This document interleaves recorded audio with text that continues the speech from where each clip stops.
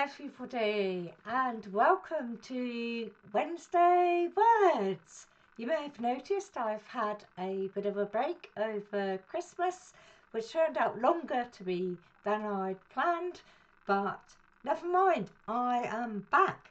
And today I thought I would give you a presentation on understanding stress because I am seeing so much of it in the counselling room, and I'm hoping that this might help you. What then is stress? Symptoms, signs and causes of stress, common health issues, stress overload, and what psychologist Connie Lelas tells us about stress, and the conclusion. This is going to take about 10 minutes or so. The stress is actually a response that we've had in our body since millions of years back, when we used to live in caves and we used to see a predator. As you can see in this image, we would have two choices: either to stay and fight it or run away. So if there was a great big bear in front of us, we would certainly leg it. But our brains, even though they're so intelligent, they don't realise that they don't need to give us that same response today. I don't know how many bears there are in your high street, but not many in mine. These then are the symptoms that happen when we experience intense stress. You may be able to read them, you may be familiar with some or all of them. Our fast breathing happens to us, our blood starts to race round our veins, the heart rate increases, we get palpitations with that heart rate, blood sugar level goes up, really bad for diabetes, blood pressure in our arteries, our pupils get bigger, and also even sometimes our bowels relax, which we do not want. The stress response then, we do need a certain amount of stress to be able to meet challenges. It keeps us on our toes. If we're called to suddenly go to a meeting or something like that, we need to pick ourselves up and find the energy. It's the stress response that gives us that. It sharpens our concentration to be able to focus. And there's the bear picture. I don't know about you, but that looks quite intimidating to me. Too much stress then, what can happen? It can affect our health, our mood, productivity, and relationships, quality of life, and we can end up looking like this. I'm a little stressed right now. Sound familiar? It's incredibly bad for us. It risks our health. It can give us, as I said earlier, high blood pressure, diabetes. It doesn't cause IBS, but it makes it far worse. And stress overload is really something we want to avoid. Modern day life, of course, it's full of its demands and frustrations.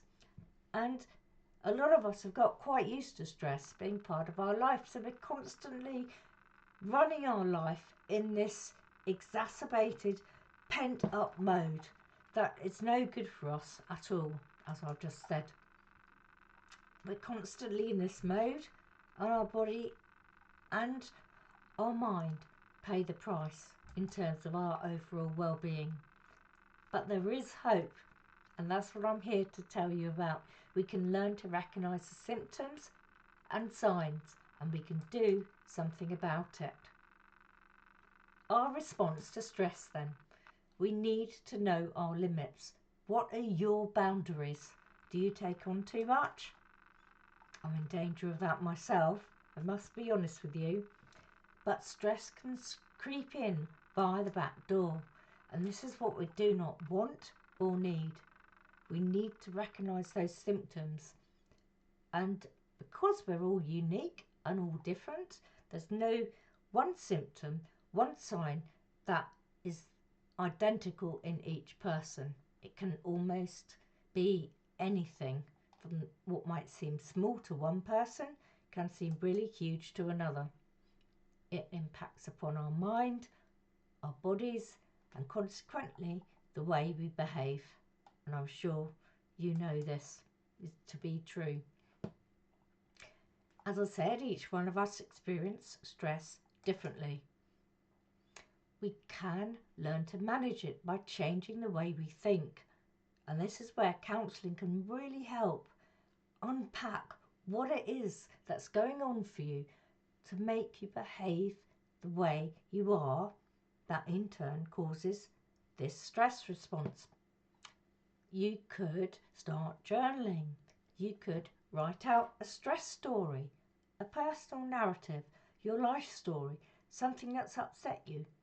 It's really therapeutic to get that onto the written page, whether it's like me being a bit old-fashioned and using pen and paper, or you could type it into notes in your phone.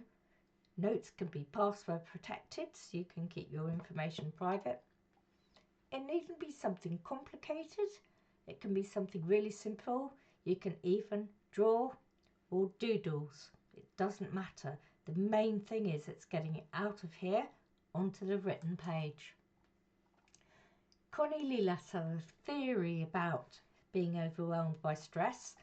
She uses a driving analogy. 3 aspects to it. Foot on the gas to represent when we're feeling angry or irritated. Foot on the brake when we're withdrawn or depressed. Or foot on both, which is tense and frozen.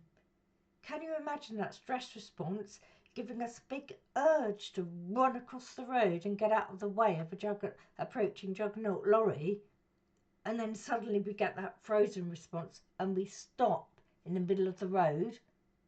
What's going to happen? We're going to get run over and flattened like a steamroller. We don't want that. We do not want to be tense and frozen in terms of our response to stress. We want to be able to manage it. Stress overload affects our memory, causes inability to concentrate, affects our judgment. Quite often we see only the negative when we're ultra stressed. Our thoughts are anxious and racing, and we constantly worry. If we go on in this state, it can lead to anxiety, and that can become extreme. There are emotional symptoms, as you see here. Inability, that can affect relationships. Short temper, we can feel agitated, constantly overwhelmed, and with that comes a sense of loneliness and isolation. You do not need to suffer alone. We can feel depressed, we can feel generally unhappy. Physical symptoms, aches and pains, as I said earlier, diarrhea, constipation, nausea, dizziness, chest pain. How many of you have chest pain? I've had that in the past. Rapid heartbeat, frequent colds because our immune system is low, and behavioural symptoms. We can eat more or eat less, sleep too much or too little. We isolate ourselves. Procrastination is a huge one. That can be a complete topic of its own. Neglecting our responsibilities. We can use alcohol or cigarettes or drugs to try and self-soothe and relax, when really that's no good for us in the long term. Nervous habits such as nail biting or pacing. Relaxation most definitely helps. With care for ourselves, we can control how much we're affected by stress. Come to me for counselling. I can help you, I promise. I have some really good magic tricks up my sleeve.